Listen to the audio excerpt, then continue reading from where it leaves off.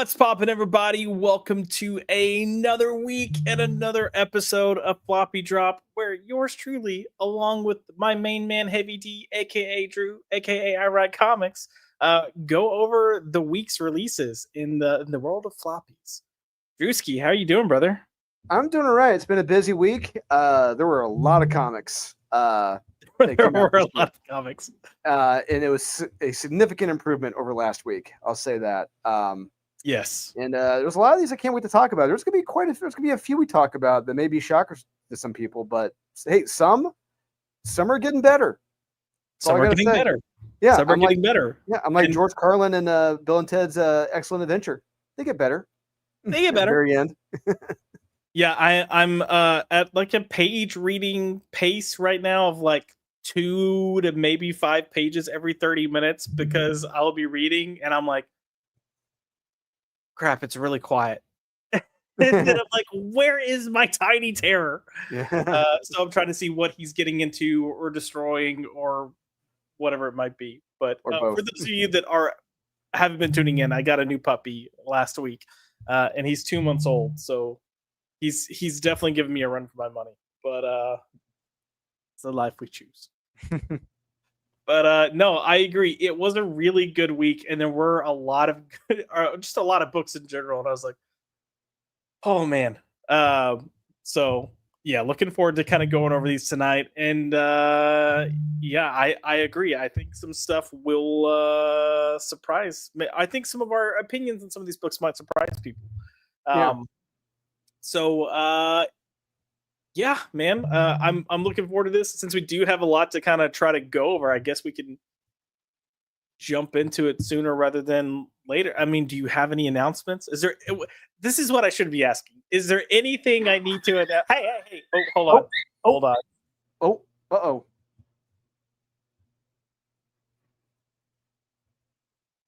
He's fine. Okay. You just don't try to take food from another dog. He's coming over this way now. Poor guy. Oh man. Come here, River. Hold on. Talk about your books real quick and I'll be right back. Okay. Well, I will say that guys, gals, everyone watching, that Naughty and Nice, if you want to back Naughty and Nice, you haven't before, it ends tonight. Tonight is the night. It all ends. Then they're closing the whole thing out. So if you haven't backed it yet, you were short on funds, you weren't sure what to do, tonight's the night to go back Naughty and Nice. That's it. After that, the campaign is officially closed. Backer Kid is closed, and it is going off to the printers. And just a reminder, hey, that book is done. And the other thing is Unholy Nightmare 2.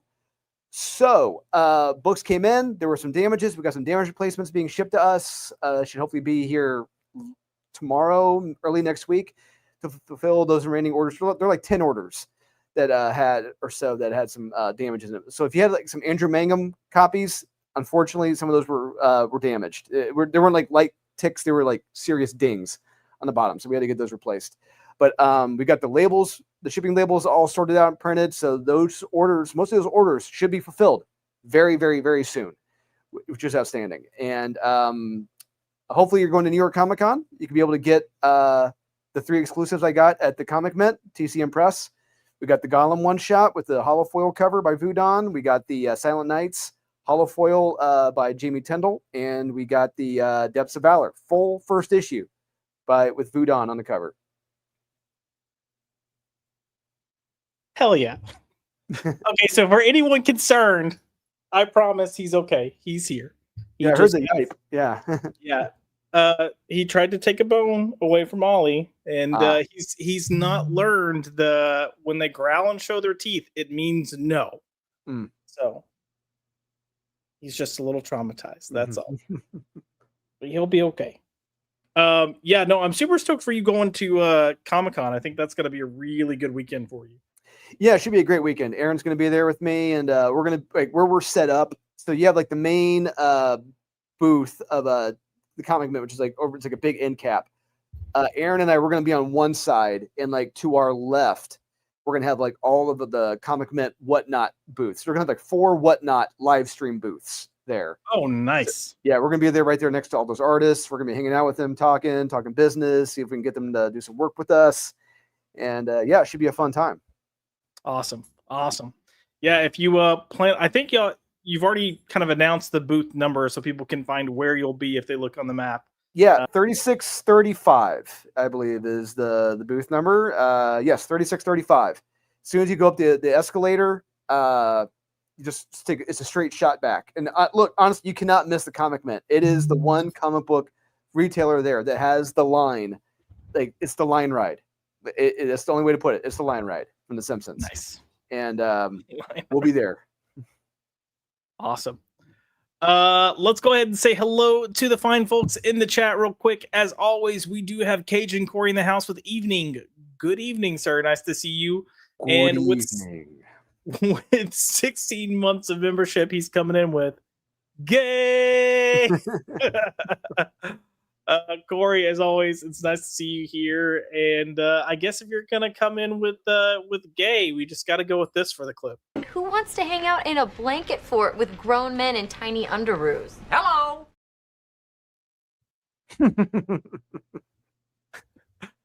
We also have Kaiser Jose in the house with Sup Nerds. What's up, brother? How are you? We've got William here. Hey, Josh. Hey, Drew. Hello, William. Nice to see you. Thank you for tuning in. William texted me yesterday. He was like, hey, do you know what books you and Drew are going to talk about? I was like, honestly, man, I don't. I hadn't even read anything yet. And I was like, we usually kind of go over it right before we start just to make sure who's read what. So was he going to buy based off what we were reading, what we were enjoying? He might have. So, interesting. I know. But I love William. He's a really good guy. Kaiser put, I may not stick around today. I haven't picked up my books for the second week in a row. It's all right, man. I got last week's and this week's yesterday, so I feel you there.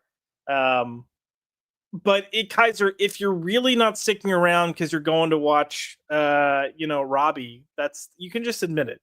I know he's got his show tonight. So spicy.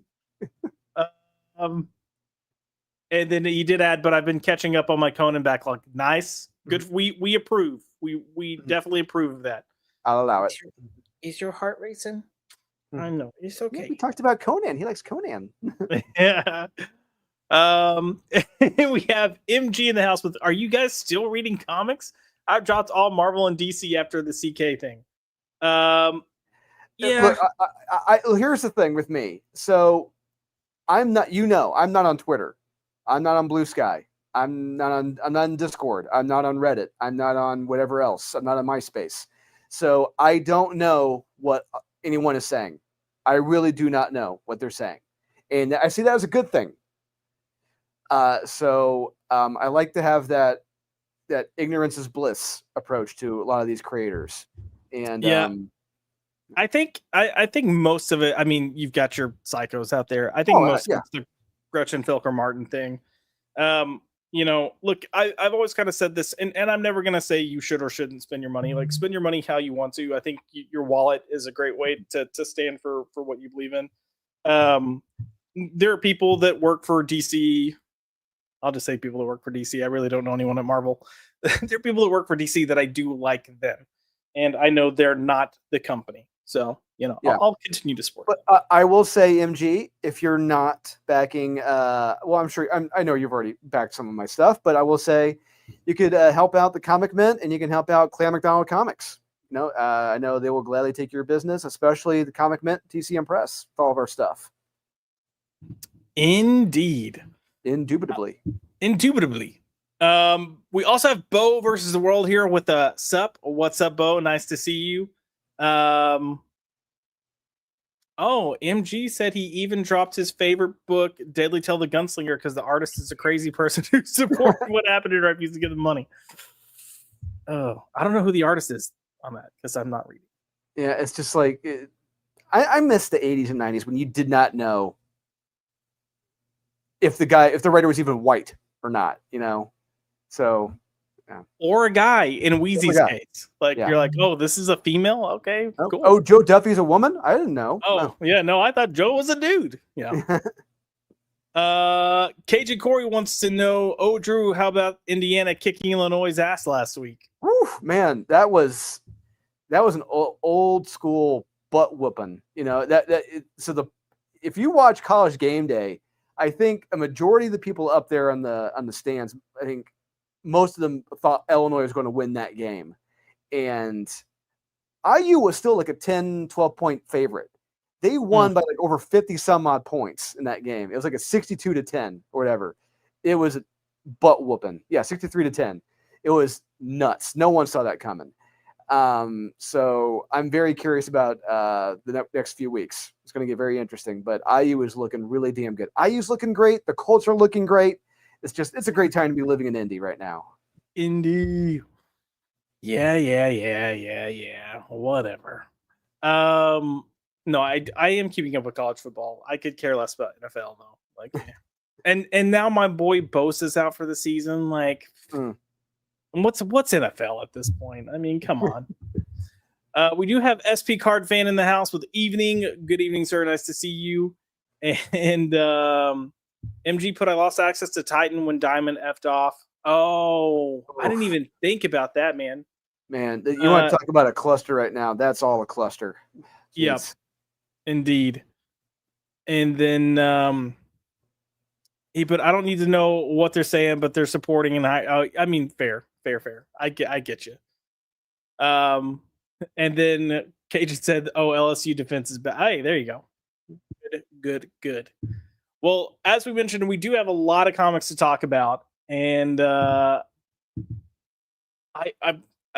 thought there's some really good stuff that came out. And yes, there was. Let Drew. I was going to start with one book, but we'll save it for next. There were a lot of debuts that came out that were solid. Just so I can kind of recollect things here for a second, I'm going to let you kick off with Viking Moon, since I completely missed this book. Oh, but wow. I'm looking at the cover. I know it looks pretty damn awesome. So I'm going to get this pulled up and then let you discuss it. And I'm going to step away for like 30 seconds and I'll be right back. Sure. So yeah, Viking Moon, this was one that really caught me off guard. And judging upon, if you look at the cover and interior art, one would think that Eduardo Rizzo did the art. It's very much in his style.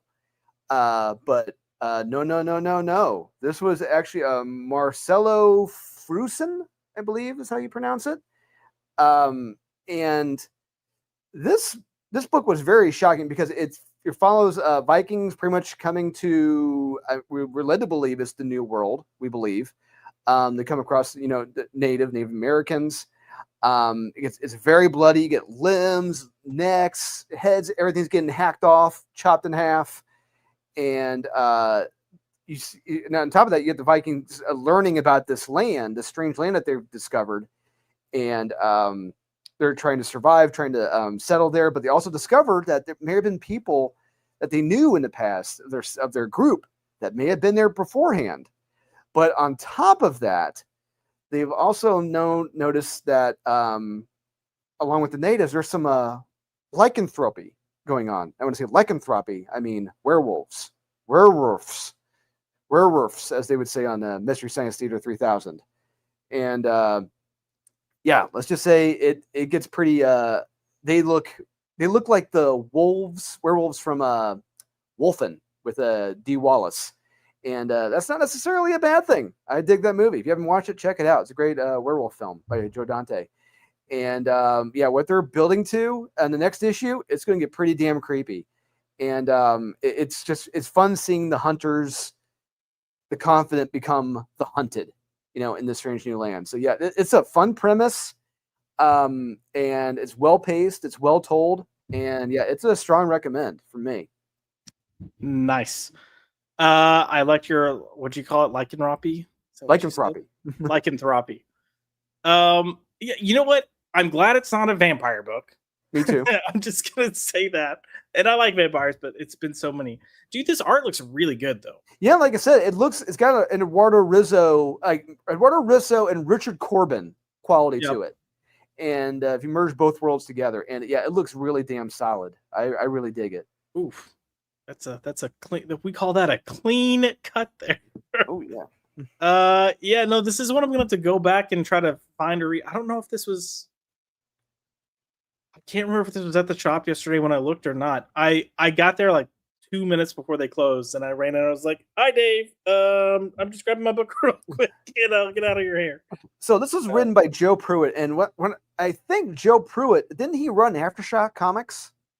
I'm not certain. We can find out, but I think he did at least. I'm not sure. helps if I spell his name right.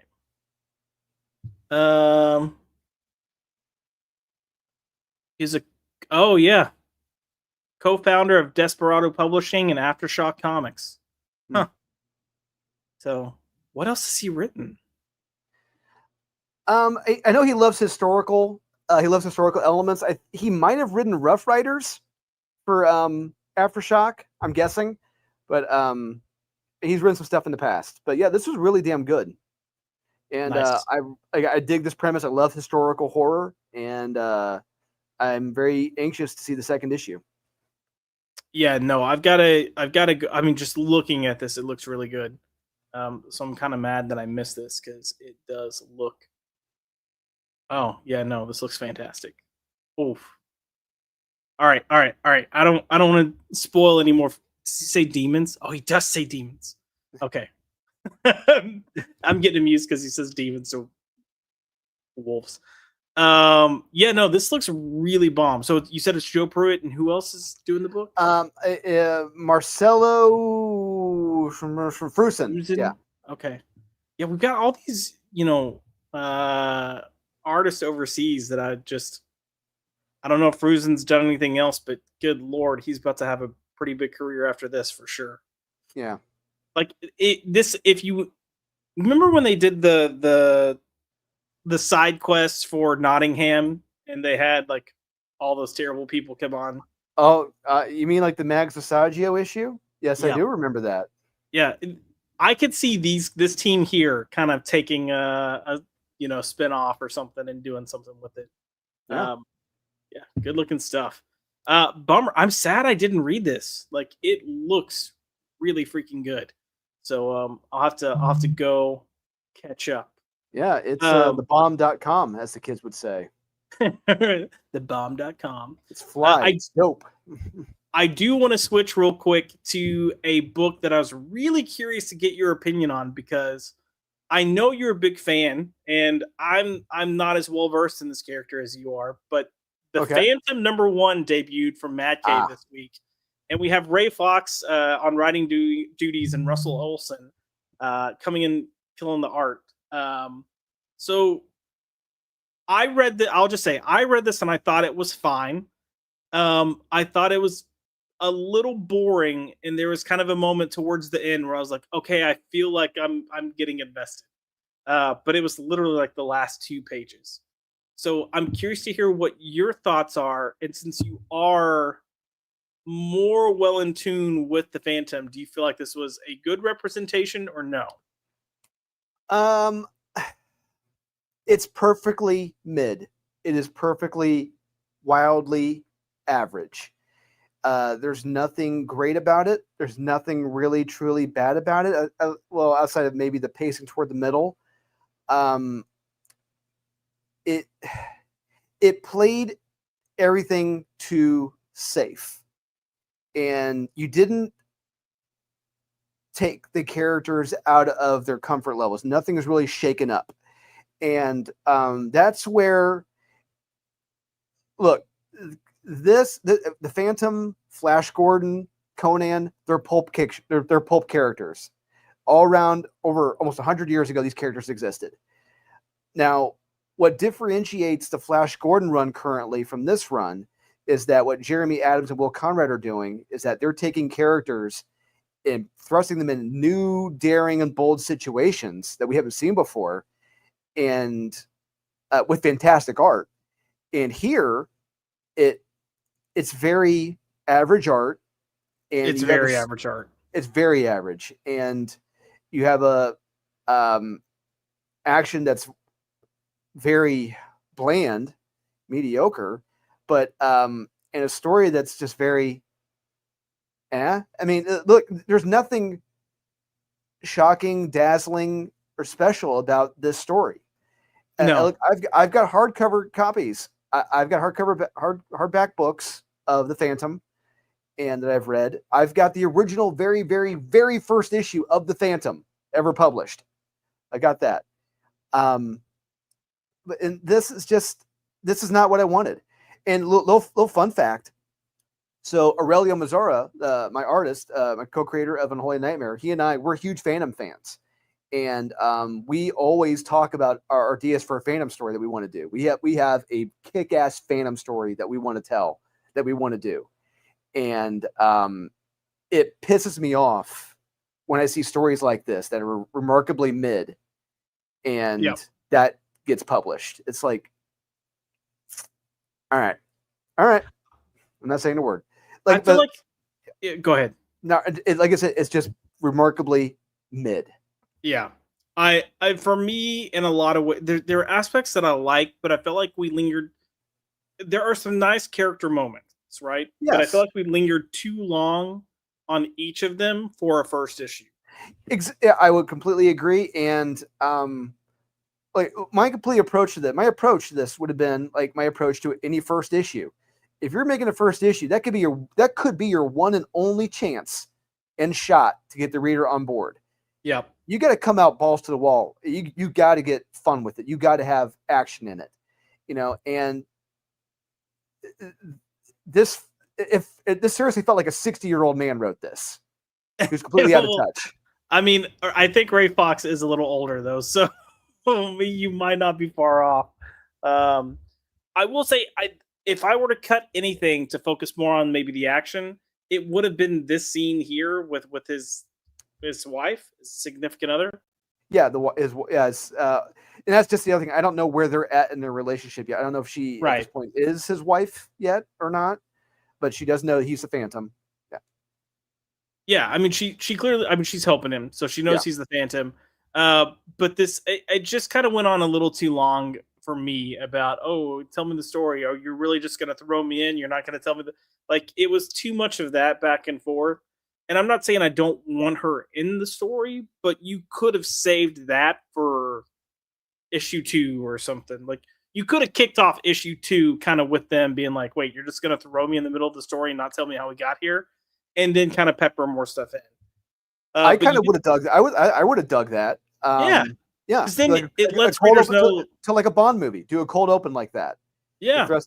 And one thing I will give him credit, I will give Ray Fox credit, is that he didn't retell the origin of the Phantom, which has just been done to death. It's like, stop. Just we can talk about it. We can mention it. We can pepper it in here and there. Just don't waste 5 to 10 damn pages talking about the damn origin. We get it. But I just see a wasted opportunity, and it really disappoints me. Yeah. I think if I were going to have slower character moments for this issue, I would have just stuck with the leader of this tribe, this area, and the son, who the Phantom is friends with, because I do feel like that comes into play with the action stuff they're telling. Yes. But I didn't get invested until the villain, like the main villain, got introduced. Yeah. And that's when I was like, okay, I think I'm look, we're getting more of like the story talk. I didn't need all this. Also, I love Devil. Yeah, it's my dog fanatic in me. And look, hey, if you've never seen the film The Phantom with Billy Zane, it's a fun movie. It's not high art. No. It's not. Yeah, it's a fun pulp film. I enjoy it. It's a guilty pleasure. Yeah, I really enjoyed this line here on this page. The dawn breaks at the very moment his shoes touch the dew damp ground of the courtyard. This is the villain coming in. Yes, I would have kept this ending. Keep this ending. This is great. This is where it gets really good. The moment that, I mean, fun action here, but the moment that really worked for me is when they make the son go get his father, since he's the head of the group, the crowd, and they force him to bring him out, so he has to carry his dad out. To essentially just be insulted. So I thought this was a strong moment, but it just felt like it drug to get here. And even though I'm curious to see where they go, I agree with you. A lot of it came off mid, and a lot of it for me is the art. had they had a better artist, I think we could have been a little more forgiving on this book. But it's very flat art. I just think about what Aurelio and I would have done on a Phantom book, just how, and Aurelio has done Phantom work. He's done work for the Phantom. And it's just like, I don't, it's just, God, what I would do. I would want, it would just be, it's like, oh, Jeremy, you did that with Flash Gordon. Watch what I'm going to do with the Phantom. It's just, God. But we'll see what happens with issue 2. Like I said, it's very meh, but I do want to see what happens in the next issue. For sure. I want to hit one more number 1 before we jump in to see what the comments are saying about these 3 books. And I would say maybe the most anticipated number 1 out of the week, and that would be Skinbreaker. So Robert Kirkman coming in, art by David Finch. So, I mean, right away, I'm hearing those 2 names, and I'm like, dude, this is going to be a banger. Would you agree? Like, is that kind of where... Yeah, when I saw that on the show, so at the comic book store yesterday, I saw they had the regular size of this, and they had an oversized, like 11 by 17 of this that you could pick up. Yeah, I didn't even we did not have that. At least I didn't see it, or it sold before I got there if they did. Yeah, I mean, look, Robert Kirkman's kind of become quite the name. I think in some ways you could say he's potentially the most successful indie creator. Maybe I mean he's gone beyond comics, and that's not to diss comics in any way, but he's had a lot of success with film and television. And, I mean, Walking Dead. Enough said. Yeah. You want to say more? How about Invincible? There you go. How about Marvel Zombies? Right. It's just like he's been very, very, very successful, and it feels like a lot of people really have forgotten that about Robert Kirkman, just everything that he's done. So, and now with the Energon universe and what he's like, he's doing a lot of, he's done and is doing a lot of good work. And I'll say it, and I guess I'm saying this all kind of like tee up that I read this and I was like, that was fine. I was, I was expecting like a Conan story out of this. And I think I was too. And we don't get that at all. No. But my first critique of this is that I feel like the colorist it came on too strong. Like the oranges and the browns, way too strong in this. And a lot of the colors really do kind of blend together. Yes. A lot of times. And which is a shame. Because Finch's art, his line work here is fantastic. It's beautiful. I mean, when's the last time he did interiors? Batman? So like Tom King, the beginning of Tom King's Batman run, I believe. Oof, man, we're talking about 2016 decade ago. Yeah. Oh shoot. It doesn't feel like it's been that long, but it also does feel like it's been that long. Yeah, I think that's the last thing I can remember him doing was stories for Tom King. So and I could very easily be missing something or forgetting something, but that's what I'm thinking back to. But I know that there's been behind the scenes talk that they kind of took their time doing this because they didn't want David to feel rushed and they wanted him to do like work that he really felt good about. And I was excited for that. And then I'm with you. Like, I think the art's beautiful, but man, the colors, especially in some of these earlier panels, they just blend, like they all kind of just melt together. Yeah, there's too many oranges and browns. It's just it's a very warm brown. I'm not saying like it's not what Rob Liefeld would refer to like his latter Marvel Day comics in the late 90s, like a shit brown look, but it's too powerful. Well, I mean, even the scene where the panel where you see these two walking, imagine if all this brown were just green grass. Yeah. Oh, Josh Towrack. And hey, that's not bad. It's 30 minutes in, not even 8. That's really damn good. Well, on top of me having to step aside and a puppy getting attacked, and just normal stuff tonight. But no, if you had the green here where it looked like a grassy side, everything else, all the other oranges would pop, the pinks would pop, these purple of the rocks, the blue of the trees, all of that would pop so much more. And I don't understand why someone didn't say, hey, maybe lay off the brown. And then even the yellow of the sky doesn't help. So, but maybe toss in some blue. and just blues, greens, something. Because even the tree leaves that even though they're meant to be green, they're pretty freaking yellow. So, but yeah, I guess I came in maybe expecting something more like Conan or gosh, what was that book? Was it called Barbarians or Barbaric? Yeah, just the design and the kind of like elf looking ears of these guys made me think of that. No, it's really more of a religious ceremonial comic than anything else, and it's correct. Like, oh, huh. And I'm not. Yeah. It's like I don't. It's like not that there's anything wrong with that. It's just like it wasn't what I was expecting at all, and the story is okay, I guess. Yeah, I want to give myself a day or two, and I want to go back and reread this because I'm curious to see if my expectation is what made me really kind of feel like this was a miss, or if it really just is a miss. Because I read it and I was like, it's not what I expected. It's fine. And I was really curious to see what other people's reactions were, and I'm seeing a lot of the same reactions. So I was like, okay, maybe I feel validated, or maybe other people are in the same boat where they just put too high of an expectation on it. So, yeah, I'll probably pick this back up on like Saturday or Sunday, read it again. Now that I've got some familiarity with what it actually is, to then kind of assess it for what it is. But I don't know. I feel like, and it's not in Energon, but it's got the Energon like banner, correct?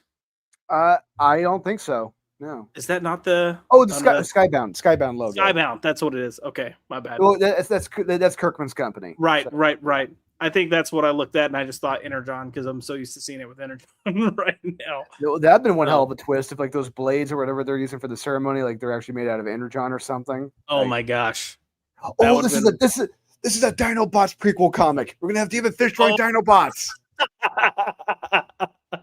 I listen. You guys know I'm a nerd for dogs and dinosaurs, so I would have been a little tarred for that. Do you realize how crazy the world would go if they found out David Finch is drawing a Dinobots comic? And Robert Kirkman was behind it? Are you kidding me? He would be like, "Oh my god, dude, I love the Dinobots, Animorphs, all that crap." I was a fan of. Yeah, I'll just say it was fine, and I'll revisit it to see if my opinion changes. I'm curious to see what you guys think. So let's head to the comments real quick, and then just bear with me. I'm working one-handed because I've got a puppy asleep in my left arm right now. Let's see. We've got Ezekiel in the house. Hey peeps, what's up, good sir? Nice to see you. And then we have Gavin. But evening, you sons of bitches. Good evening, Gavin. He put that art does look solid. I'm assuming. Ooh, are you talking about? Oh yes, that was for Viking Moon. Yeah. And then Bravo Dave put, if that's at my LCS next week, I'm gonna pick it up. I want to swing back in and see if I missed it at mine. Because I was trying to rush, and now I'm mad that I rushed. Let's see. Hey guys, I'm gonna mute for spoilers if I have to. Do it, brother. I get it. Don't worry. I only scroll through like 7 or 8 pages of Viking Moon. I was like, nope, I don't want to see anymore. I'm gonna ruin my own show and just no. Ezekiel picked up my books for this week and last week today, so I'm behind too. Yeah, there must be something in the air, man. That's many of us. I got last week's and this week's. I'd read a few things going into last week, but I didn't get to do my full pickup. Okay, see, that's what I'm trying to figure out. So MG put, damn, I was hoping to get this book, but it never showed up on League of Comic Geeks, and I forgot about it. Yeah. So many, and that's the other problem, Drew. So many books are hitting the shelves, and it's hard to keep up with. I mean, we talked about it. There's so many books to discuss this week, and it's just Yeah, and I really wish things were more spread out and not just a lot coming out with 1 week. It's like, why couldn't some of these come out last week? That would have been great. Yep. Oh, disagree, MG. I thought the art looked pretty damn solid. I think he's talking about the Phantom. Oh, okay.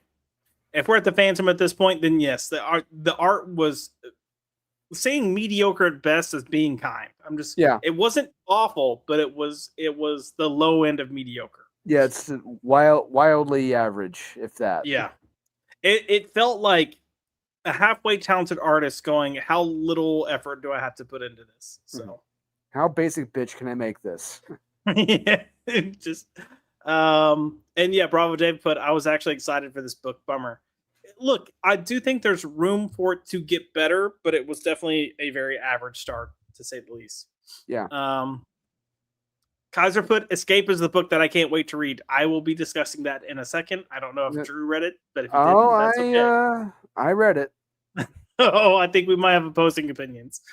Let's see.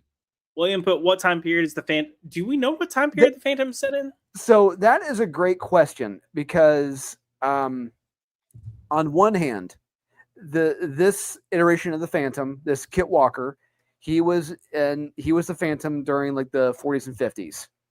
I think during the 40s and 50s. But when you see I want to say Shang Tsung, but it's not him. The actor played him in the movie. The big baddie. When you see him show up, he's dressed like he's walking out of, like it's today, like it's 2025, out of that helicopter. And it's like, wait a minute, are we in 1940 or are we in 2025? What's going on here?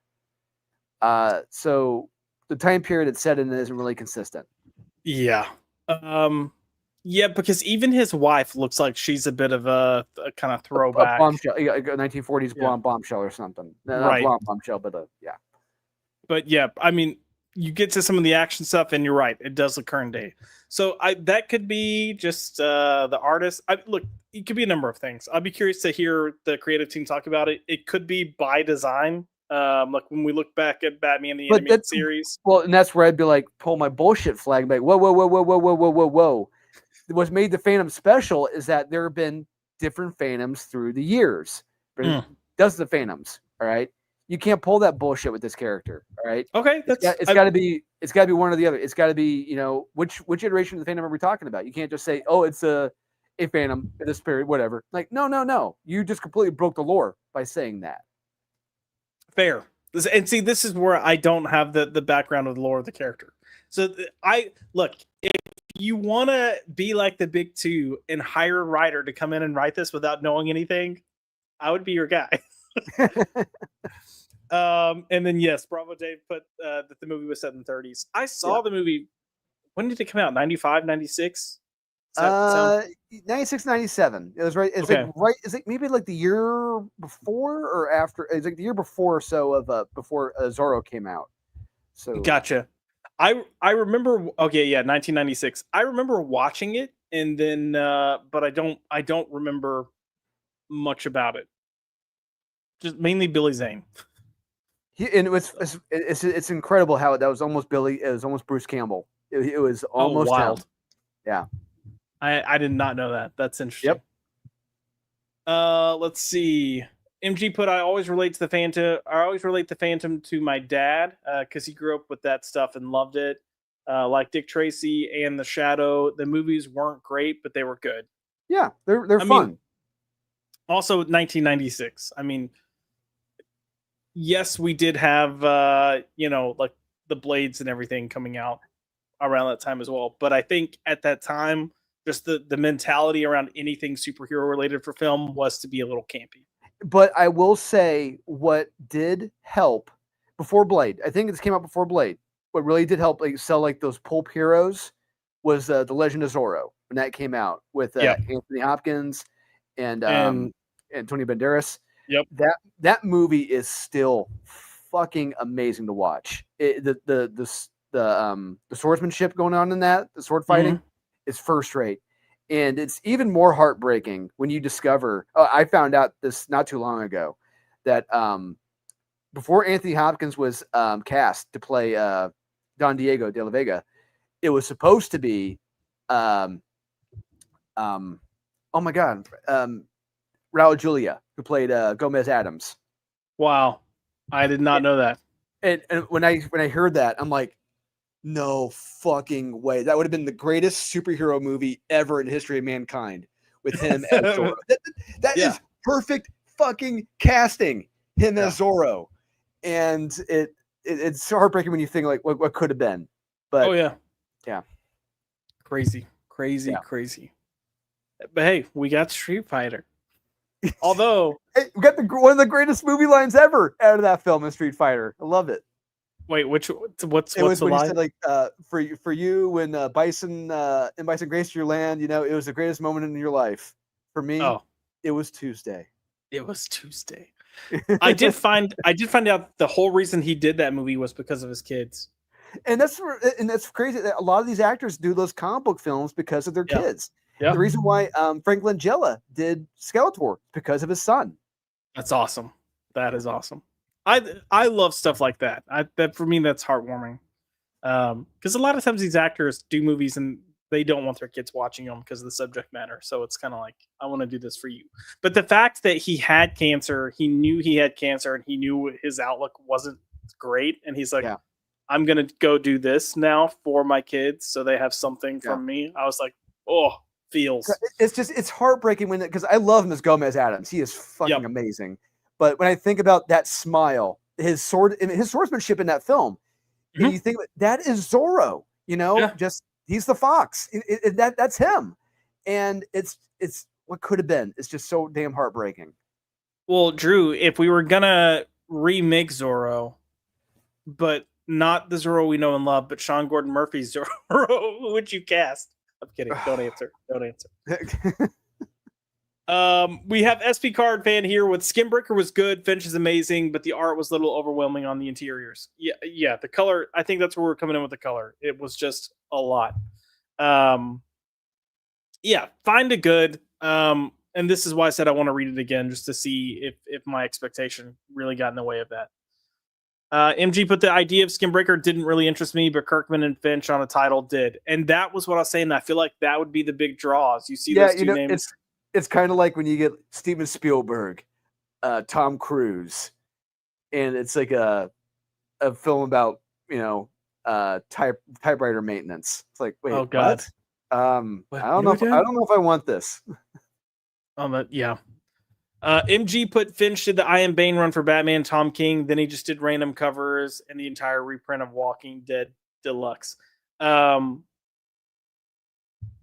you say the entire reprint, do you mean the covers? Yeah, I think him and Stephen Platt. I think Stephen Platt did some of those covers too. Yeah. And this is what I was saying. Like, I remember the last thing I could remember him doing interiors for was the I Am Bane. Tom King wanted him to do the art for that one issue, and got the editor fired because and not just any editor, Mark freaking Doyle, who was the Batman group editor throughout the New 52, and honestly deserves a lot of the praise for even what some of Scott Snyder did there that was so popular. So wild. Weird, wild. That still pisses me off. I've met Mark multiple times, and he was a great guy. So I hate that.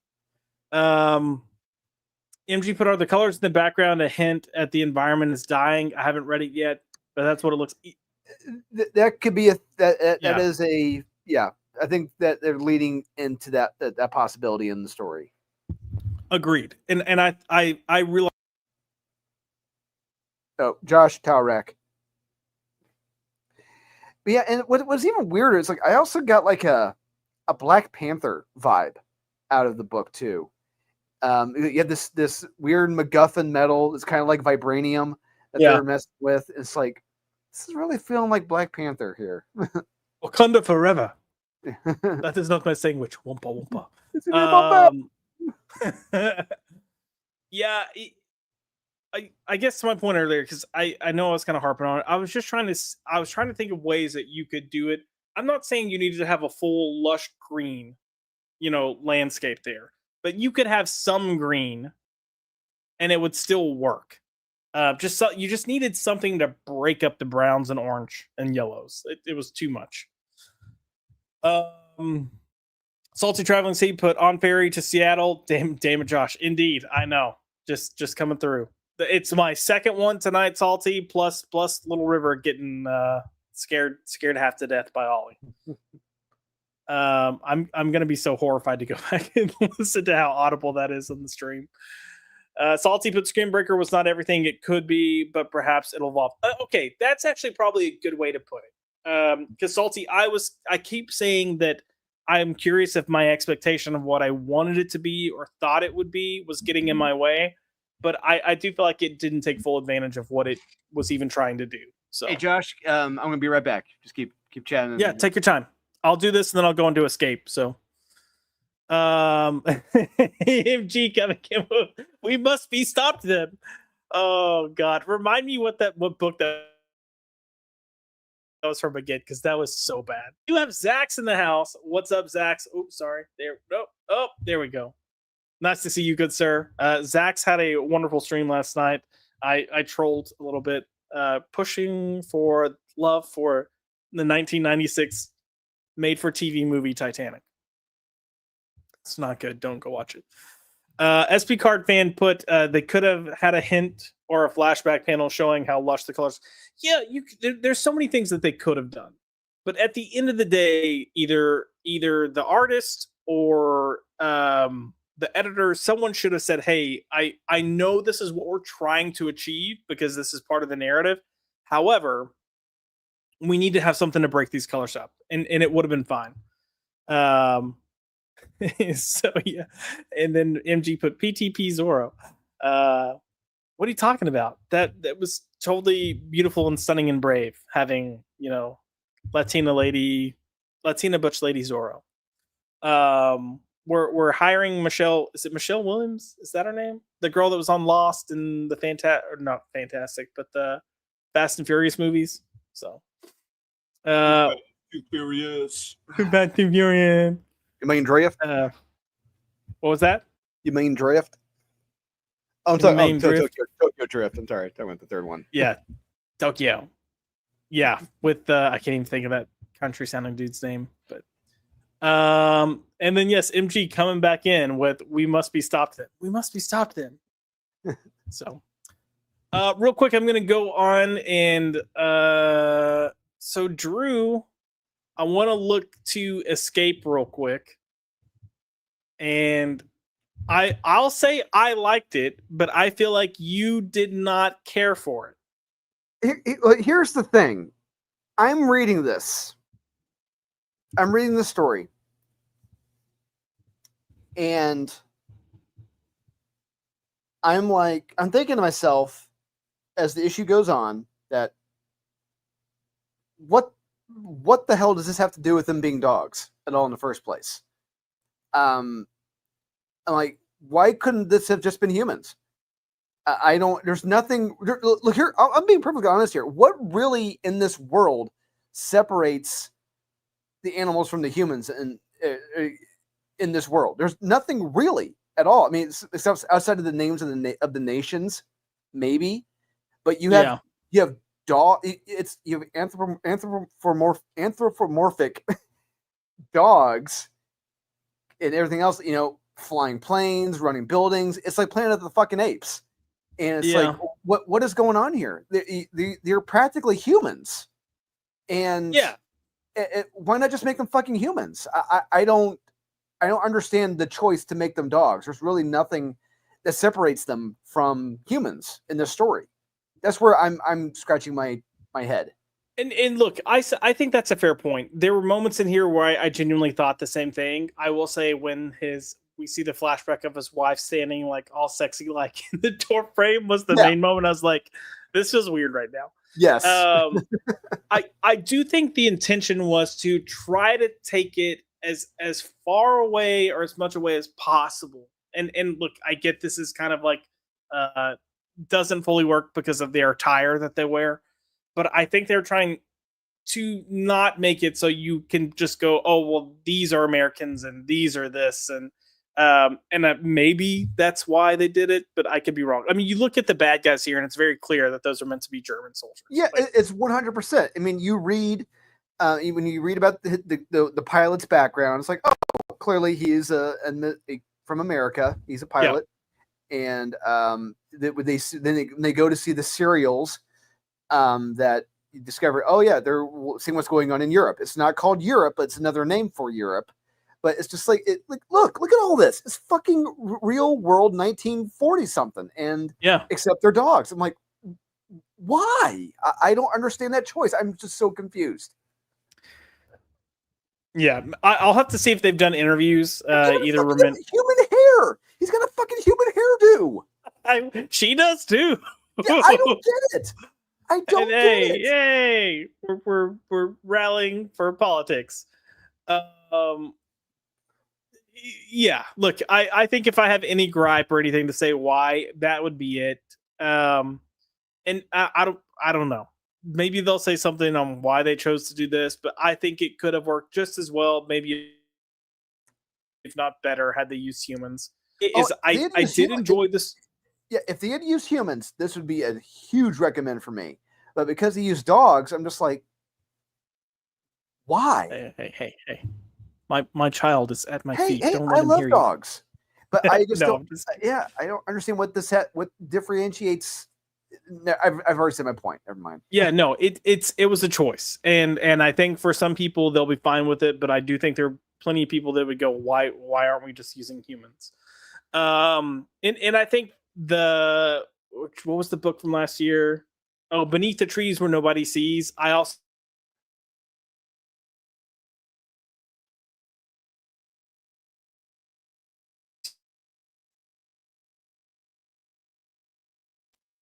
but that was at least a little cheeky in the fact that it was self-aware of some of the absurdity. This is playing it pretty damn straight. Yeah, it's playing. Yeah, like I said, it's very much reminding me of Mouse. Yes. I will say that what I did like about this issue is it's really trying to show you the cost of war for the soldiers by presenting, like his love, his wife, the fact that she gets pregnant, the need to call to duty. You get this whole entire issue, which is a flashback. And I will say, I liked it. I do wish this would have been issue like 3 or 4, though. I wish we would have had more time building up. I feel like the first issue, as much as I loved it, could have probably been 2 issues. Do some more action, have him running, escaping, and stuff. Yes. Then lead into this for an issue 3. And then you can pick up where this issue leaves off, because it leaves off at an interesting spot. But so many of the characters that we were introduced in issue 2 and issue 1, they all get killed. So it was like, well, we spent so much time, and I get you're trying to give them weight, but it was also so quick that it felt like, what's the point? Yeah, message is good here. The story itself is good. These are nitpicks on my end, and I'm curious to see where he takes it, because I think this is 5 issues, 6 issues, if I'm not mistaken. I might be wrong. Don't quote me on that.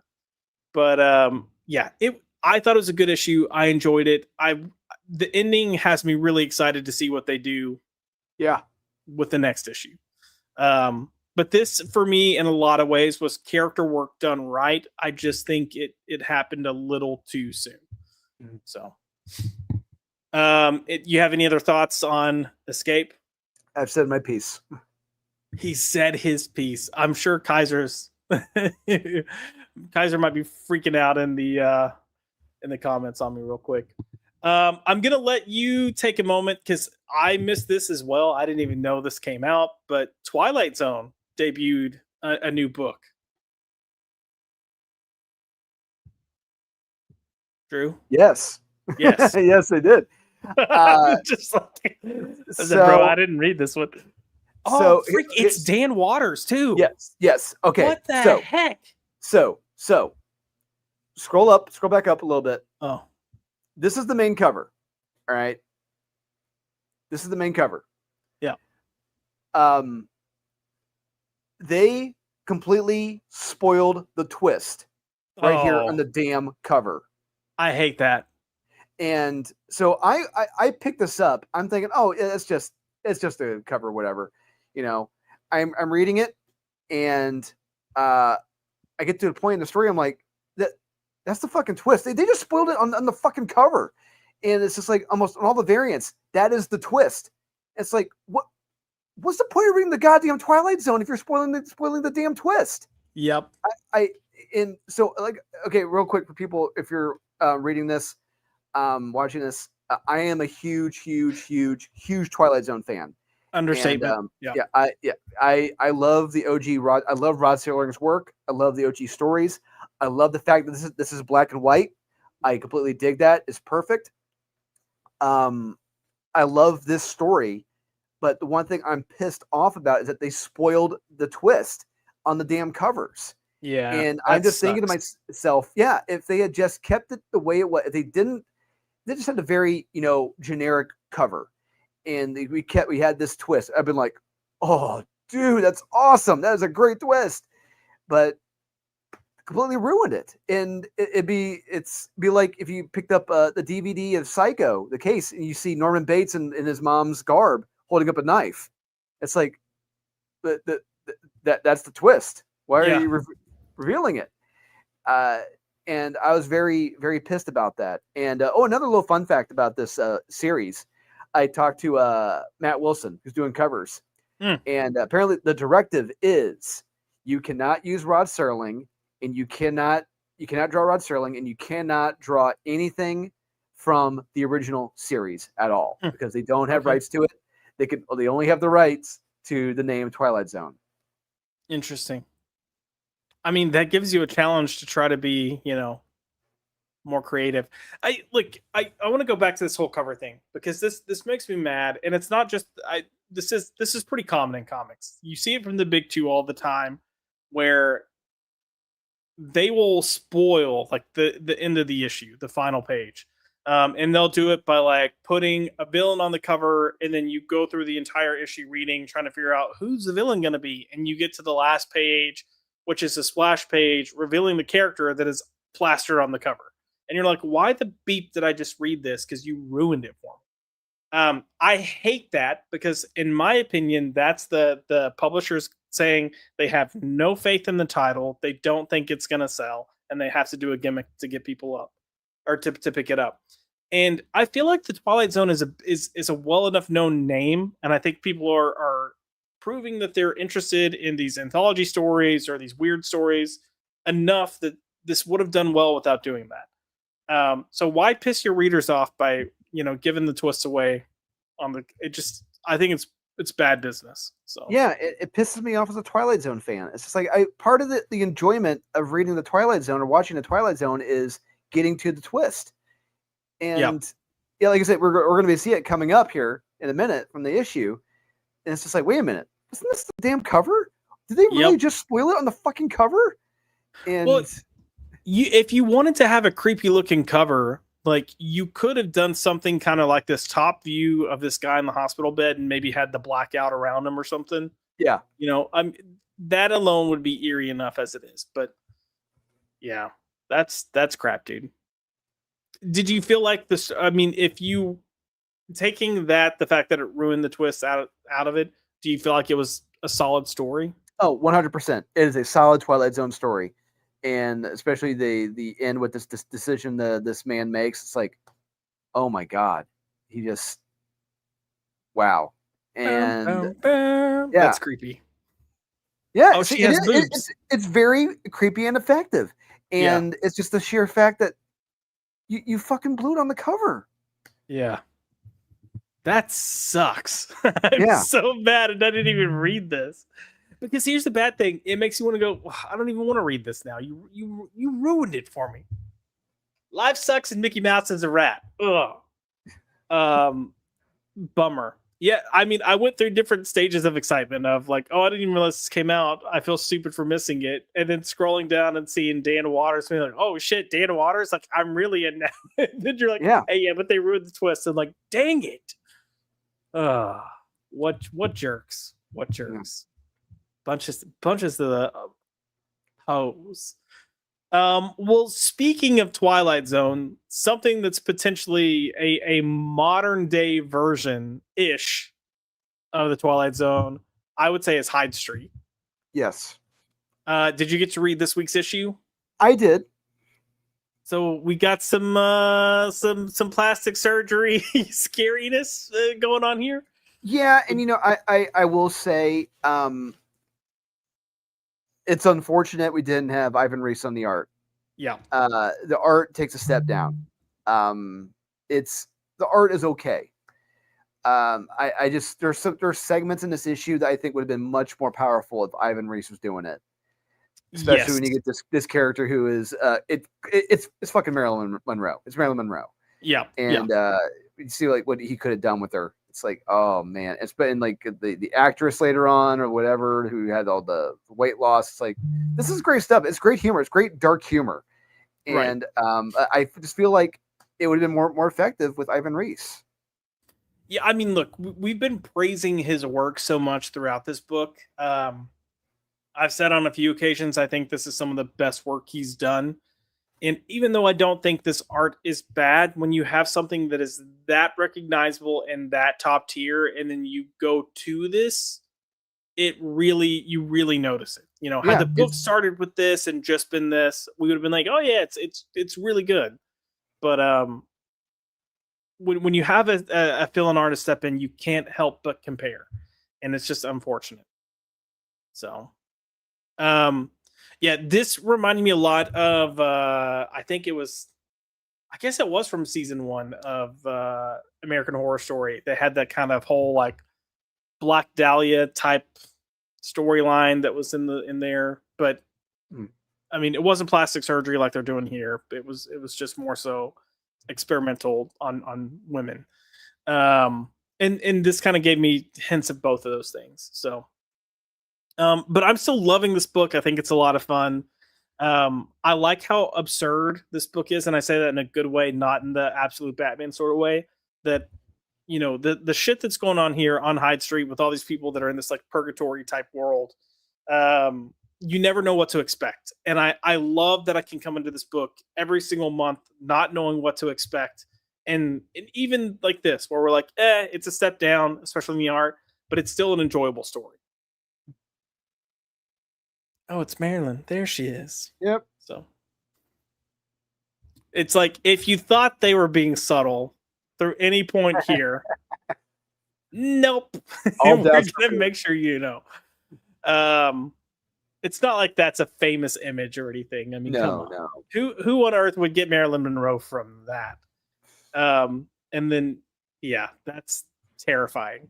Listen, I lived in Los Angeles. I've seen plenty of these people. I saw Escape from LA. I saw plenty of those people in that movie. My favorite is when I worked in Century City, and Century City is like in between Beverly Hills and like Brentwood area, so it's a lot of really rich people.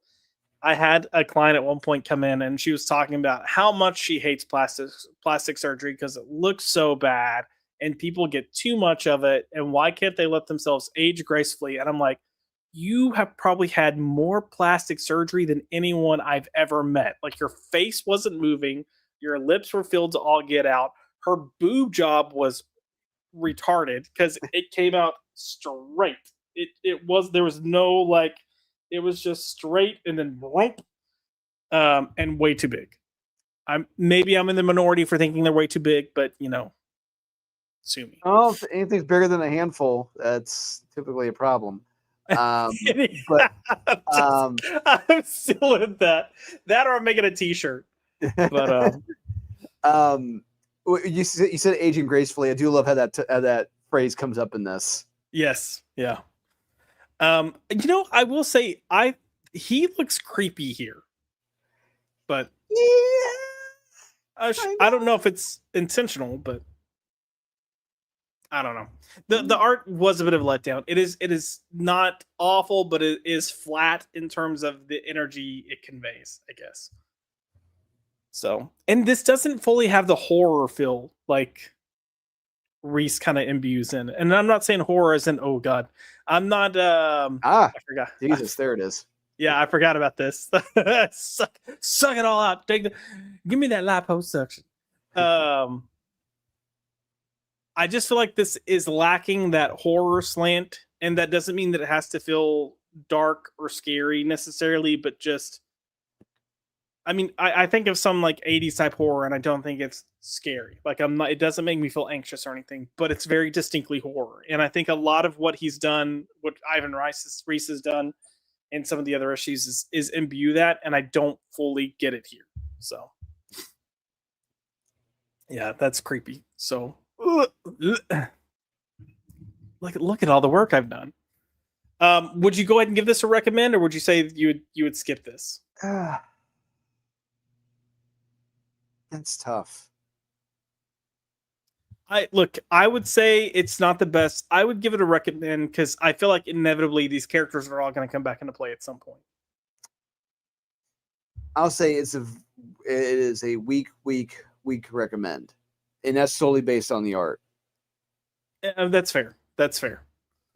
Is this, you know who this artist reminds me of? Kind of reminds me of, what's his name, Morazzo? Yes, I was just thinking the same thing, Martin Morazzo. Yeah. Yeah. Which, works for certain things and doesn't work for everything. Hold on. Who is this artist? I want to. Francis Portela. I've seen him do other stuff, but I can't place it off the top of my head. I'll have to look him up later. Anyways, let's head to the chat real quick to look at these last 3 books. We do have Zach's coming in with 16 months of membership, but I'm a member. Gay Rainbow. And I'm saying Gay Rainbow because it's coming from Zach's. Otherwise, I would have just said Rainbow. But Zach's, thank you, man, for the 16 months of membership. I really appreciate it. I appreciate your friendship. And for you, let's do some Spike. How about that? What are you doing here? 5 words or less. Out for a walk, bitch. Oh yeah.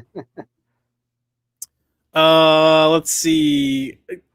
Kaiser put okay, so this is going back to Escape. Kaiser put he can get past the dog/humans. And like I said, some people will, some people won't, and that's perfectly fine. Yep. Kaiser also put Beneath the Trees is another great book. I read it. I enjoyed it. I do think it was a little, for me, in my opinion, it was a little overhyped. I wanted it to go a little further than it actually did. I guess it was kind of brief. Sorry, I'm distracted. I just saw one of the most offensive dad jokes you could ever hear. Yeah, we can't show it. Yeah, you'll get this. Okay. This will get deplatformed. Oh my yeah, God. just text it to me or something. Okay. We'll share it. Just go find me on Twitter afterwards, guys, and I might put it there. We've got SP Cart Fan coming in as a new YouTube member. Man, thank you. I appreciate it. Definitely working on getting stuff set up for the channel. I'm in the process of recording stuff that's staged for next year. I just want to build a cushion so there's regular stuff. That way, if I have a crazy week, we have ample things built in. You'll always get a show. So just know that I am behind the scenes doing a shit ton of stuff. I've got stuff with Max that I pre-recorded that is kind of edited and waiting to go. I've got something we're probably going to record. I was going to say soon, but he's freaking busy right now. We'll get it at some point. I've got reviews coming up. We're going to have a series called Saturday Batman coming out with Batman reviews of graphic novels. There's a lot of stuff. So just stay tuned. Gavin put boobs but no nipples. Yeah, yeah. And yeah, this is going back to Twilight Zone, but Salty says don't blow it on the cover. Wait for the centerfold. I am dead. Oh, yeah. I don't think Twilight Zone is that kind of book or magazine or whatever you want to call it. No. MG put Dan Waters can fuck right off after his Destro. You didn't like Destro? What? Oh, that was MG. Fine. It was good. Yeah, I mean, look, did I like it as much as the others? No, but I thought it was still perfectly fine. Better than Scarlet. Jesus. The book that I keep forgetting about.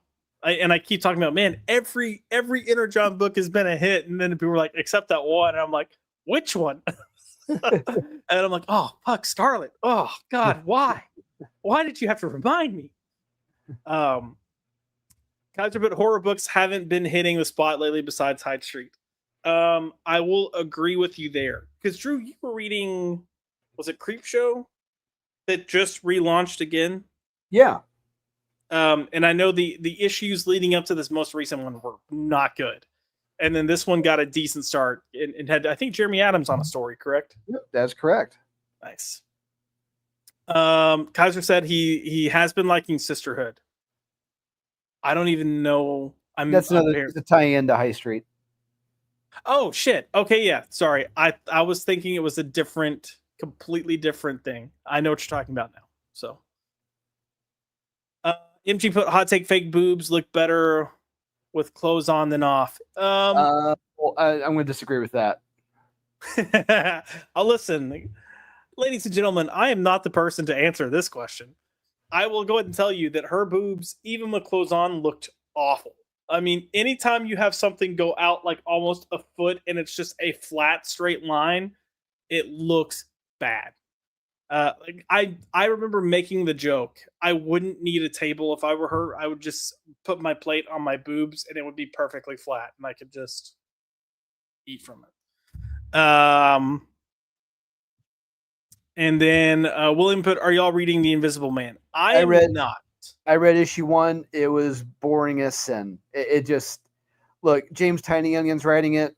The art is very basic bitch. And it's just, it just shows you that James Tiny Onion does not have, he can't tell a fun story. I'll say that.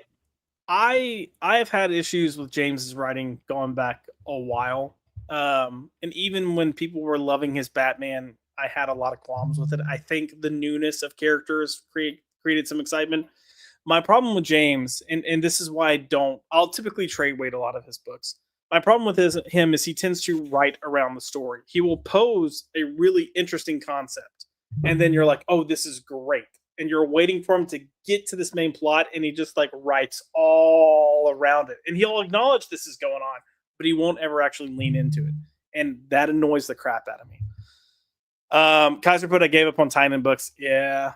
He's a super nice guy. I will say that. Super, super, super nice guy. But I've never understood the hype that he's gotten. Yeah. MG put, Tiny needs to be kicked out of comics. His stuff sucks since Something is Killing the Kids, issue 12 or so. Mm-hmm. Yeah, I think that's around the time I fell off reading that book. So, although I'm saying that, but and Drew is going to disagree with me here. I didn't mind Nice House on the Lake and Nice House by the Sea or whatever it was. Those I didn't hate as much as I tend to dislike his stuff. Unpopular opinion. Ezekiel put, will we be seeing more of this artist? Ghost Machine has signed him to a deal. Maybe fill in for Hyde Street. Not sure if he is on Sisterhood series. Yeah, he seems like he'll be a fill-in artist. Yeah. I mean, these guys rightfully need a break. So I hope they do it sparingly. That's me being selfish. I don't care if your back or your head need a break. Ivan Reese, get to drawing. That would be my sweatshop that I'm running. Anyone reading Mark Spears' Monster? No, I tried reading it. And I couldn't get into it. It's another one. It just didn't interest me. It just didn't work. MG put, oh, is Max still alive? Max is still alive. Max is he's got way too much on his plate. If I get permission to give an update, I'll give an update. But no, he's doing okay. He is just busy AF right now. And I'll just say, essentially doing 2 jobs, doing some school stuff to get a certain degree, and then has a whole other project outside of that as well. So his cup runneth over. Let's see. So you're talking about least MG. No, come on. I didn't feel like Dan Waters made Destro a retard. Oh, that made me laugh though.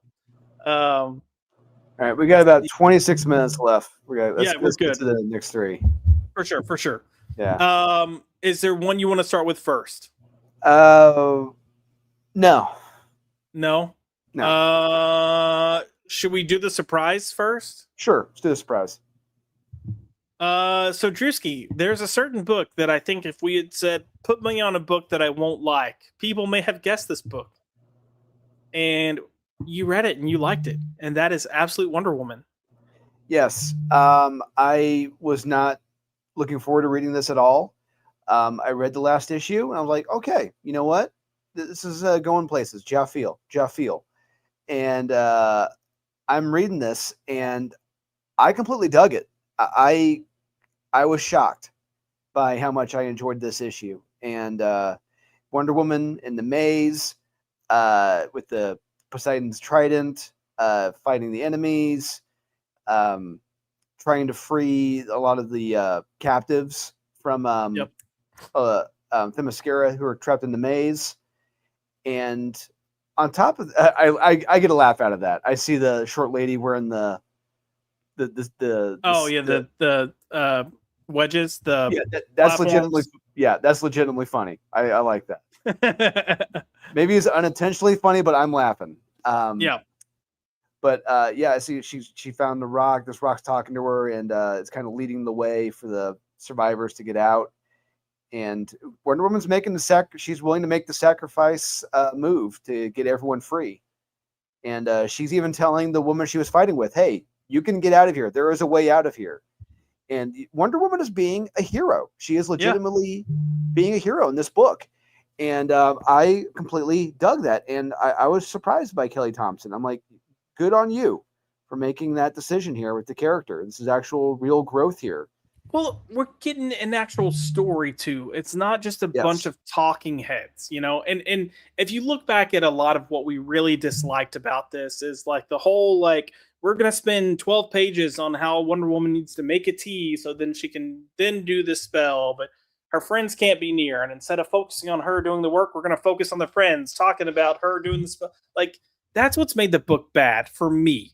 So this works because you're doing what I want you to do. If you're going to take this new concept of Wonder Woman and kind of, you know, turn it on its head where she's a witch, she was raised in hell or Hades, whatever you want to call it, in this universe, and she's supposed to be dark and evil, but she's discovering humanity.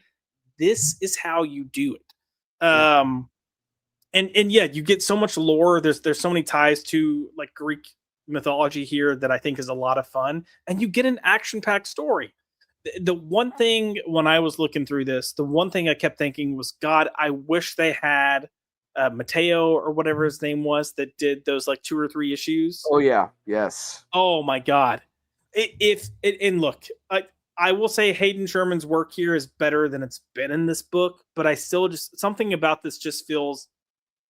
It just doesn't completely feel right for me. It's not on the same level as his Batman Dark Patterns at all. No. And if you had that other artist doing this entire book and maybe, you know, cut out some of the stuff that's not necessary in this book, this would have been like a banger of a run. Like it would have been top notch. I guarantee you at the end of the year, it would have been in our top 10 lists. 100%. So yeah, I will agree with you. This issue surprised me, and I don't often put much weight into Absolute Wonder Woman at all. And then we have a nice little cameo that wraps up this book too. So yeah, so this book has 2 endings, really. Yeah. So we get one ending with the people that Wonder Woman is from, where her the island. It's like, oh, interesting. Okay, great. We got a little twist here. Yeah. But then we get the other ending after that, with the appearance of the absolute version of a certain magical individual, magical user, and maybe get the introduction of a certain military team, a certain it's a lot of things being set up here for the future, and I dig that. And I got to give Kelly Thompson credit. She has gotten better, and despite her best efforts, she actually told a well-written story. Look, and she's done that before. But here's the thing: she can't let herself get in her way. But okay, so real quick, the one knock on this I will give it is when Wonder Woman asks for the one sign, tell me that she survives. We get the one like fucking dove that shows up. I'm like, really? Come on! It just couldn't be a little more subtle, a little more ambiguous. Had to be a fucking dove. It's just. Oh, Josh, Towrack. If that is my complaint for the book, though, I'll take it. Yeah, it's still a win. It is still a win. Yeah. I don't want to reveal who the cameo is at the end that's teasing upcoming stuff or the power that she might possess in this. I will say that Scott Snyder was directly asked about this character not long ago, and I can't remember where it was, but he was like, "Oh, don't worry, this person is coming, and sooner than you think." So the fact that it came here, I was like, "Oh, okay, I got you." I do want to take a quick second to turn to another book that I think you're recommending, and that is Tom King's Wonder Woman, right? Aren't you recommending? Isn't this on your list of recommends? If we were in Bizarro World, this would absolutely be a recommend. Yes. Yes. This book, we're not going to spend long on this. I just had to give Drew shit. This book is crap. I hate it. You basically have a lot of heroes either dying or killing themselves in the future. I don't know what Tom King's Tom Kinging. I hate that he's got such a good artist on his book. That's just complete and utter shit. Yeah.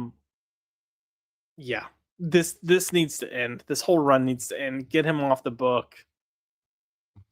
Look, if you're seeing this and you're not getting, and I get that it's probably going to be undone and all this shit. I get it. I understand. But it's so Tom King, and it's so him just trying to be edgy and trying to be like, oh, look at how dark I can be. And it's so old at this point. And hey, the Mouse Man knows. So burn it. Go burn the book. Drewski. Superman. Yes. So what did you think about I'm still behind on Superman. I'm trying to get caught up. What did you think about Superman this week? Step in the right direction. This is where this is kind of what I felt like the last issue should have been. And it was what's interesting is that reading this issue and reflecting back on the previous issue, I really see like, oh, okay, you padded out that motherfucker that last issue. Because you had an idea for one issue, but you padded it out. I get it. I got you. Jeff Feel. I'm following. But yeah, this is where all the action is, and does Superboy Prime betray Superman? Will the Legionnaires stand up? Will the evil Legionnaires win? Will the Justice League step in and help? I don't know. You got to read to find out. But yeah, they set up things to come with the DC KO quote unquote event coming up. And allegedly, I guess Absolute Superman may be the last surviving big boss. I don't know. Maybe. Sure. Whatever. But yeah, it's a perfectly good issue. Dan Moore's art alone makes it worth the buy. And very much looking forward to the next issue. I have to apologize. I missed everything you just said there. I had to step away for the dog. Yes, Dan Moore's art alone, definitely good. I see we're getting teases of Absolute Superman here, and oh god, I don't know how I feel about that. But you said step in the right direction from the miss that we had last week, where it was a lot of weird talking. Right? Wasn't that it? They were all just kind of chatting through. Yeah, pretty much it's padded out. Yeah. There was an issue of Jeff Johns and Gary Frank's Superman run that they did, Action Comics run with the Legion, that was much more action-packed, but they were doing the same thing, but made it much more kinetic and fun. This group, they made it boring in the last issue, but no, this one, yeah, this is where all the action is.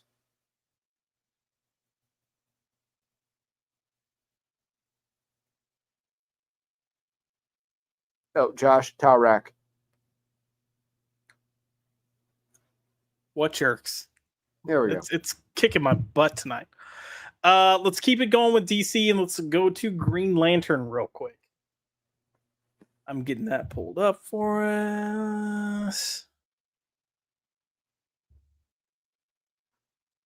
Excuse me. All right, so we got it. Is it showing? Yes. So we're continuing this story where we were in like the big crux of everything. We've just had them at the source wall with the source beings fighting. What did you think about this issue? This was really good, and we're getting close to the end. I think this is the penultimate issue. Yeah, but yeah, we're set up here in the past with Hal and John.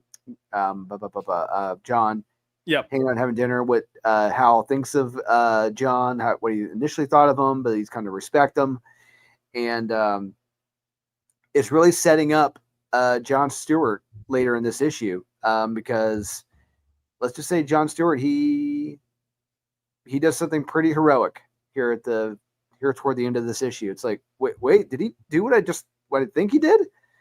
But we'll see. There's a big reveal, and there's a lot of big reveals toward the end because Guardian, the Green Lanterns, even though they have a core, they're still going to need much more of an army. And John makes a desperate move for an army, and it's like, oh, that is a choice.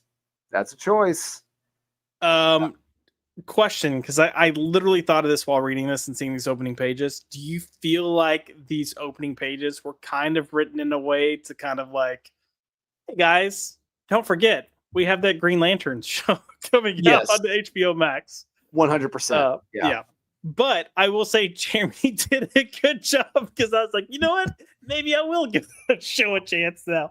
Well, then again, so we do know Damon Lindelof didn't write this, so because he's not giving Hal any white guilt. So. Oh God, yeah, fucking A. No, a lot of big surprises here, and I think we have one issue left of this arc before to wrap it up. So look, this is where Jeremy Adams is honestly, and this is why I say he's a masterclass writer. Is he really thinks about the arc and the plot threads as a whole of how can we pull these elements here, and even when you don't realize it, he is setting stuff up for when you get to the end of that arc that you get that payoff. And that's one of the things I really like about him. I think he understands the characters, but it's nice to get a book where you're getting a freaking payoff that feels worthy of the story you've been reading. And so many writers drop the freaking ball when they get to the end. And I don't think he's ever dropped the ball, in my opinion. And there is a huge payoff at the end of this issue. Yeah. I got Teen Lantern. Yeah. It's just cheap. So yeah, there's a little twist with her toward the end, but it brings up, because it said like someone says to John, like, they're kids. I'm like, you know what? That's a great point. What the fuck are kids doing as Green Lanterns? You know, they have no business doing this. I mean, to be fair, she wasn't selected. she hijacked her own lantern, and now we're stuck with her, I guess. But a lot of good stuff here. If you're not reading this book, man, like I don't know how many people need to say you should be reading this. I don't know, I know some people are hating on Jeremy Adams, and I just why? Oh, because there are people that just don't think he's good, which blows my mind. But to each their own. But there are a lot of people hating on him now because he sent like after the Charlie Kirk thing, he posted like a praying for Charlie Kirk's family, and people got pissed off about it. And I'm like, you're all evil, go away. So they're calling for him to get banned from DC. So F off, assholes. But yeah, this book looks freaking good too. And I don't think this is the normal artist either, is it? They've been interchanging artists. This one is Germanico. Did this one. Okay, yep. All right, yeah. So he's been doing some stuff. I don't think it was the same artist as last time. I could be wrong. Yeah. No, last issue was what the hell is his name? He did a lot of the Flash issues with Jeremy Adams. I can't think of his name right now either, but definitely recommend. We've been recommending. I've got to give Drew credit because Drew stayed on the Green Lantern train even when I jumped off kind of early on in the whatever they're calling that DC relaunch that they did. So kudos to him. Drew and Wes, I think, have done a lot to get people to like, hey, if you weren't reading Green Lantern, get back on it. So kudos to both of them.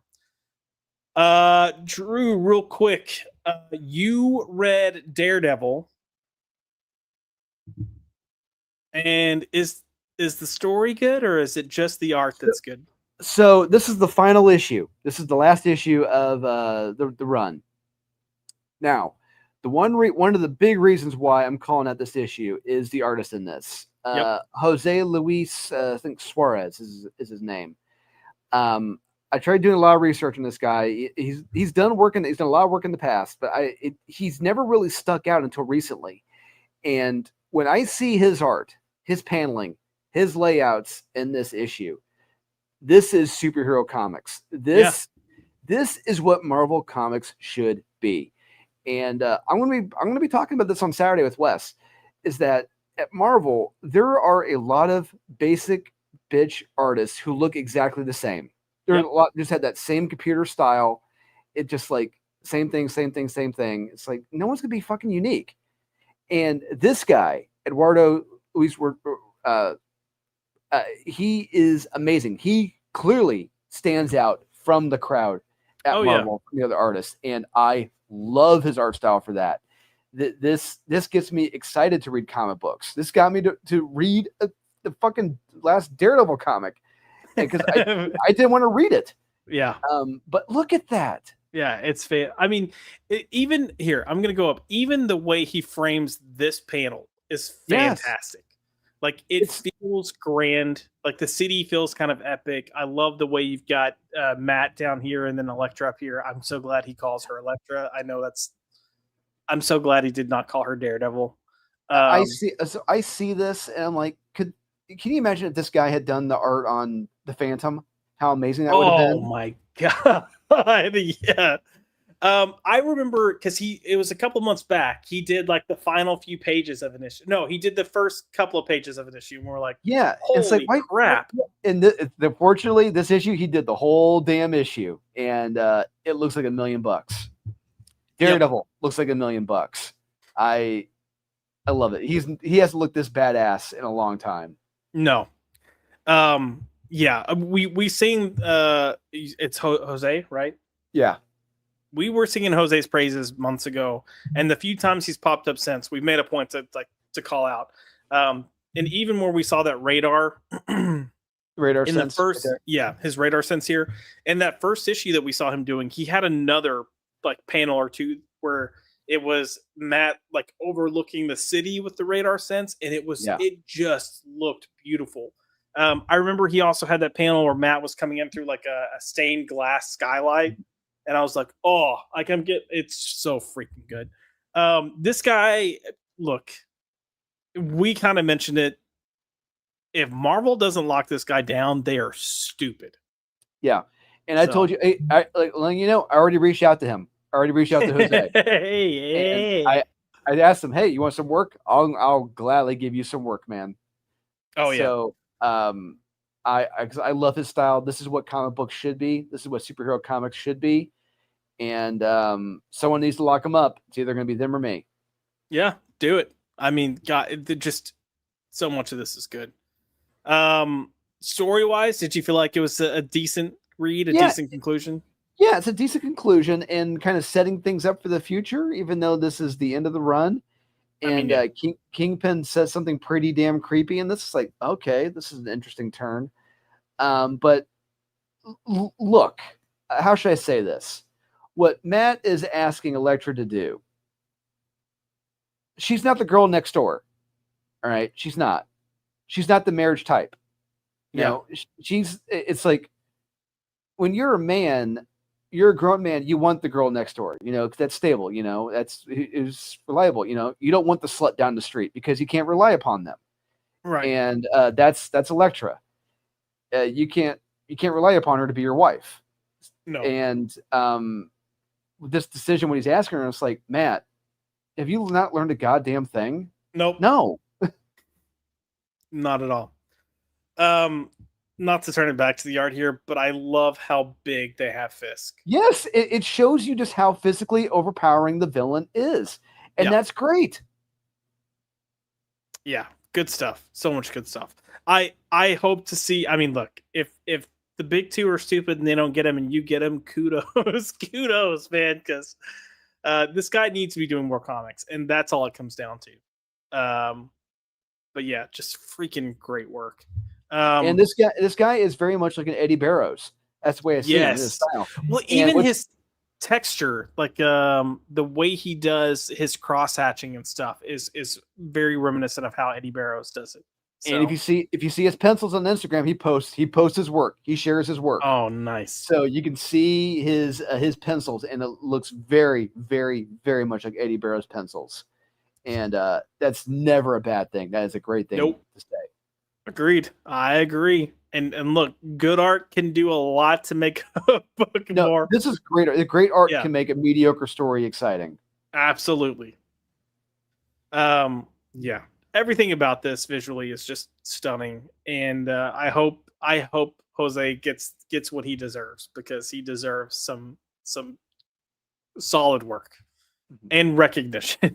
Yes. But yeah, if you haven't been checking out Daredevil, maybe go pick this up. I mean, there's plenty here to enjoy without having read the story.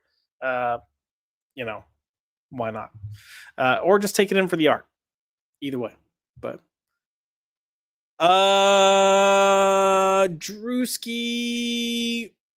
Oh, I thought I had pulled it up and now I don't see it. I was gonna end with X-Men. Okay, real quick about X-Men. There is a very, very, very much a BS line of dialogue in this from Juggernaut between him and Hank McCoy. X-Men don't kill. Anyone who's been reading the X-Men the last 5, 6, 7, 8, 9, 10 years, they'll be like, bullshit. And it's just, I don't, when you read lines of dialogue like that, it's just like when you want to ask Jed McKay, Jed, are you purposely being an idiot? Or are you just, what are you doing? What, because we know that's not true. Either, oh God, yeah. You know it's a lie and you're writing that, or you're completely an idiot and writing that. Because anyone who's been reading the X-Men know that's not true, especially during the Krakoa era when they were just gleefully murdering each other. Yeah, because they could come back to life. It was stupid. Yeah. There was a specific miniseries dedicated to that with Nightcrawler talking about that. And you had them, threatening to murder people and nations if they didn't buy their medicines. Yeah, Professor Xavier threatening the life of Mr. Fantastic, and that X-Men Fantastic Four crossover. This is complete bullshit.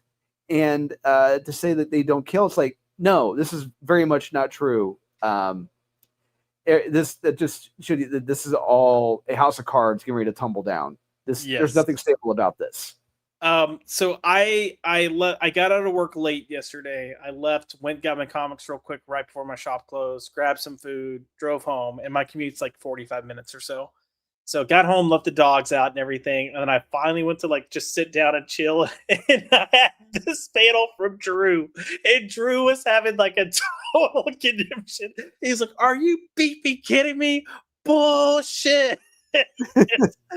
And I was so amused. I was like, hold on, I gotta read this now. And I read it. I was like, are you freaking kidding me? I think it just sent you the emoji with the flat eyes, the flat mouth. Like, bro, come on. Because it's just absurd. And the fact that I feel like Jed McKay was doing some solid work for a while, not on X-Men. Moon Knight. That he's now come to this. I'm like, man, what happened? Maybe we thought too highly of you. Maybe you actually had a good editor. I don't know what was going on, but bruh, it feels like it's just been a fall from grace. And what's crazy is to think that in a lot of ways, this run of X-Men is worse than the Krakoa era. Yes, it is. Very inconsistent. It's a step down in regards to the art, the story, the events, the event getting ready to come up. When you got fucking Doug Ramsey as your big bad guy, there's a problem. That's all I gotta say. Yep. And and that's pretty much all this issue is. Just a lot of grandstanding, a lot of lectures to each other. And it's like, is something gonna happen? Maybe, Nope. hopefully. It's that's all X-Men has become are people talking. So yeah, no, I mainly wanted to bring this up because you had sent me those panels and I was like, oh, we got to pull this up. But I'm so ready for this to just end. I think Wes did a video too talking about like how's it like a third or 2/3 of the X-Men books are ending soon or something. Yeah, 8 or 9 of like the 24 X titles have been canceled.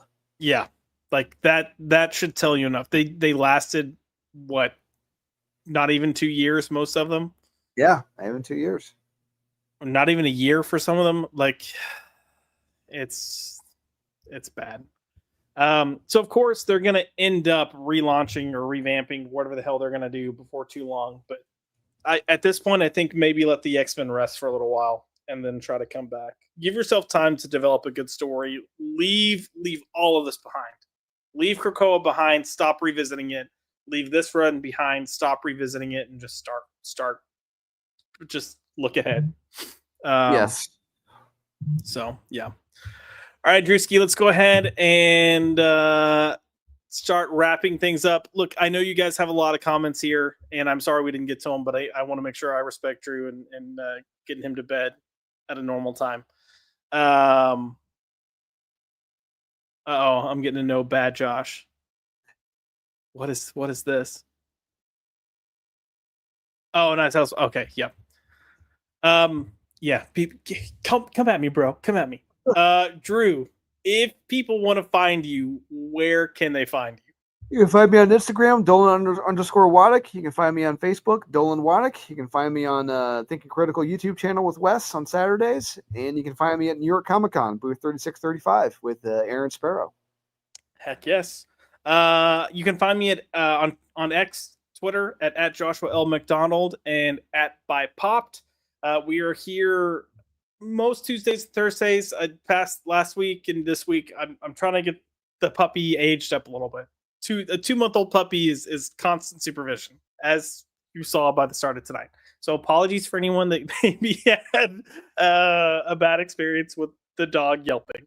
But we will get back to our regular schedule before too long. I just need to make sure this little nugget doesn't pee everywhere or destroy everything or do what puppies do. But yeah, a lot of good stuff in the pipeline. We will definitely be here every Thursday to make sure we're staying on top of our current books. But I think October, once we get back in, we'll get back to the normal schedule there. So be sure to go into the comments after the stream has ended. Let us know what your favorite books were. Call MG. I need you to call me out on all my bad takes in the comments. So YouTube has kind of changed its algorithm. It's really looking for people engaging with the videos, specifically in just regular comments. That's what helps keep it circulating after the live is done. So if y'all can go do a little something there, tell me I'm stupid, tell me I'm awesome, say how much Drew's got better taste than I do. It's all welcome as long as you leave a comment. But yeah, until then, we will see you guys next week. Y'all have a good night, and don't get arrested or something. Bye. Bye.